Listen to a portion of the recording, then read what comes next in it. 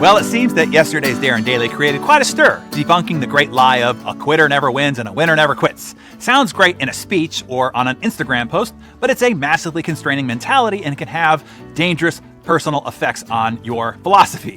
Lots of questions came up yesterday about knowing when is the right time to quit and when you should just persist. It's a good question, and I'll try to give you some framework for that today.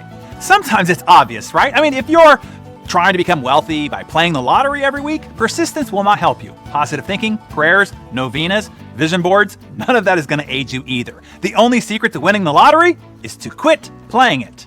My sister-in-law was convinced she was destined to marry the famous Latin singer Luis Miguel. I mean convinced. She had regular dreams about it that she relentlessly recounted to all innocent bystanders, yours truly as well, as her evidence that this was divinely inspired and quote-unquote meant to be. Oh, and her psychic confirmed this premonition as well.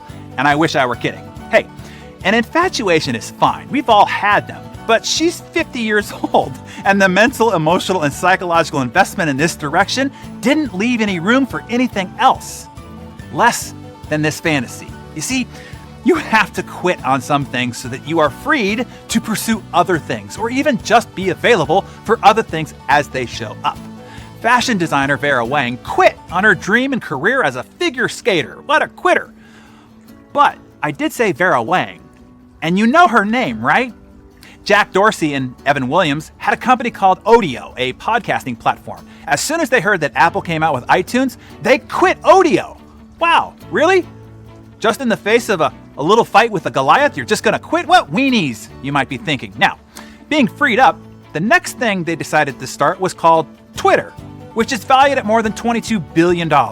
We wouldn't even know or care who Jack or Evan was if they hadn't been quitters.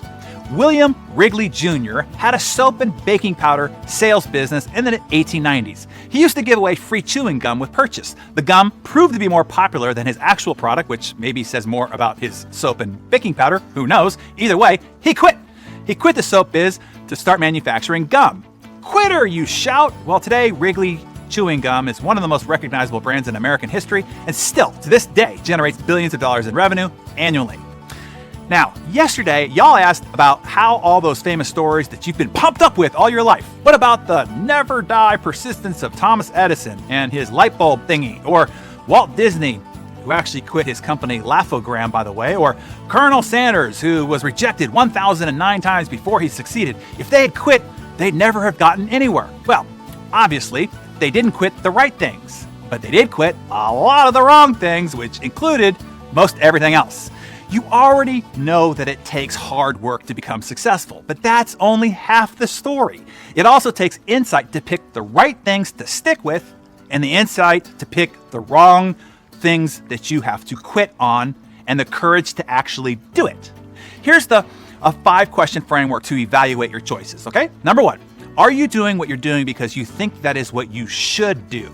Because it is what your parents, your priest, your peer group, commercial media, or societal ideals tells you that you should do and expects of you.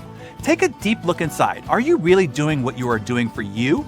Or are you living up to some imprinting and programming that has been projected upon you? If it's the latter, quit. Number 2, if you are no longer loving what you are doing, I mean at all, the day-to-day grind is exhausting and sometimes debilitating, but you still have a fire for it. If you don't, and you can't regenerate it by refocusing back on the art of it, quit. Quote, "Life's too short to spend it unhappy," said the quitter Paul Allen. When he quit on Microsoft back in 1982, quitting probably cost him $60 billion, but gave him 36 more years of life, and the $20 billion that he had left was still enough to buy happiness, mega yachts, the Seattle Seahawks, and a ton of contribution through his philanthropy. Number 3, it's just not working. Investors don't want to invest, employees don't want to join, and customers don't want to buy. Pay attention to the clues. I don't care how much you love it and how much persistence you throw at it. Sometimes it's just not a good idea or a worthy business. It's probably a hobby and should stay one. You need to quit. Number 4, you are now just chasing sunk costs. You are throwing good money at money already lost to try to salvage a minor win and save some face. Bad idea, time to quit. Write this one down. You want to marry the result, not the business. If the business isn't producing the result, fire the business. And number 5, fear. Fear of what people will think. Fear of damage to your reputation as a winner. Fear of the bruises your ego will suffer. This is when you got to cowboy or cowgirl up and get off that damn horse and quit. There is no shame in surrender. In fact, surrender opens you up to new possibilities and a fresh start. It often takes the closing of one door to create the opportunity to step forward and open up another. Now that you see the evaluation framework, does that clarify things for you? Is there now something that you just might need to quit, and quickly? Share that with us in the comments below.